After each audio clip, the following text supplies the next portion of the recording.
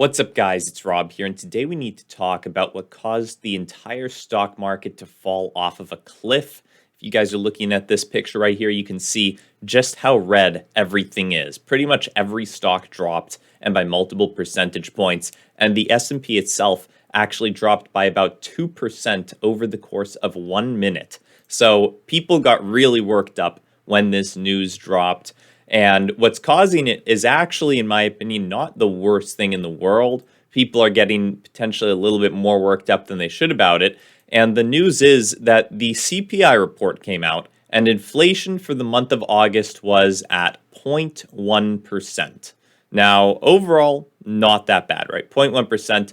It's bad in terms of what people were expecting. They were expecting inflation to be negative 0.1%.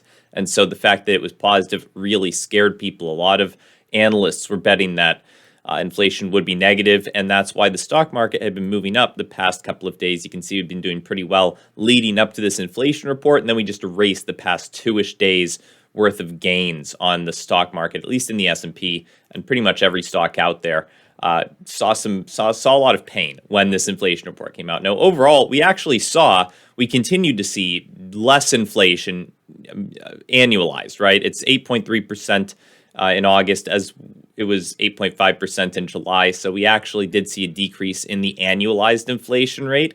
But overall, people are still mostly upset about the month-over-month data being positive instead of negative. A lot of people are hoping that we would see that continued push down in inflation, some deflation month over month.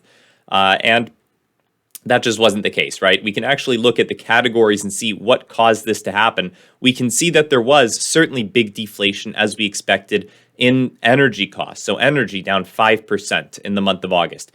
Energy commodities down 10%. Gasoline down 10%. Fuel and oil down 5.9%. And the last negative category we got was actually used cars and trucks down 0.1%. But that's the last one. Everything else was positive. Not by that much. There wasn't much. In fact, there were only a couple of things that were over 1% inflation. And, most of the important things like food were under 1%. And actually, if you look at food, we saw an increase of 0.8% inflation in the month of August, which is actually the lowest increase that we've seen over the past 6 months. We've typically seen this number above 1%. There was 1 month, April, when it was 0.9%, but 0.8% is the lowest increase that we've seen. And once again, not necessarily good news, but less bad news than what we've seen in the past. I think people are overreacting a little bit to this inflation report. It does, overall, if you just look at the number, seem a little bit scary, right? It was supposed to be a negative number. We were supposed to see deflation. We did end up seeing some inflation. Overall, though, not the worst thing in the world. The economy does take a long time to adjust, and I think that we'll probably continue to see, a little bit of inflation here and there, but the fact that it is still decreasing, at least at an annualized rate, is a good thing, in my opinion, right? Now we're as low as we were way back in April of 2022, inflation-wise, and other than that, we're lower, or we're just a little bit higher than where we were in February.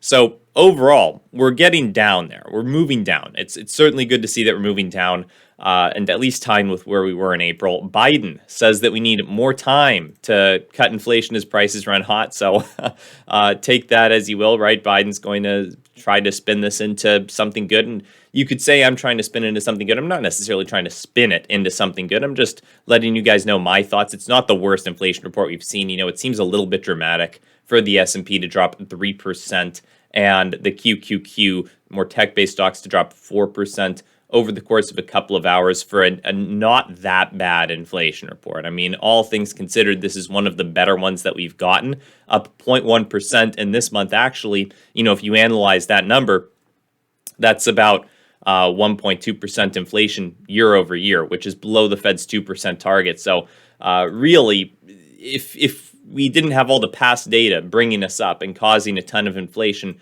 currently, if we weren't at 8.3% inflation annualized right now, if every month were like this month, then we would be looking at a situation where we've got 1.2% inflation year over year. So, not really that bad, in my opinion. I just wanted to share some of my thoughts on that, let you guys know at least what I was thinking about the inflation report. I think people might be overreacting a little bit. I'm still a fan of stocks. I've actually bought some stocks just today as I noticed they were on a massive sale. So, if you guys are interested in more of this kind of content, feel free to subscribe to the channel. Keep in mind, none of this is financial advice. And other than that, I hope you have a great rest of your day. I'll see you in the next one. Bye.